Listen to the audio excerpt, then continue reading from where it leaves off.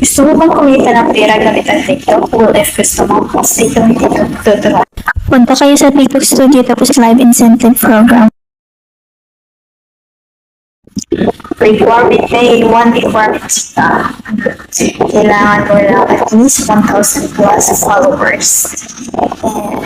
And para kumita ka, dapat ma-upload yung video na ginagawa mo. First step tayo. First step mo naman, i-click mo yung video na, i-click mo yung go live na nasa gilid ng video ko. After that, make a video promoting go live. Ito. Kapag may nagawa na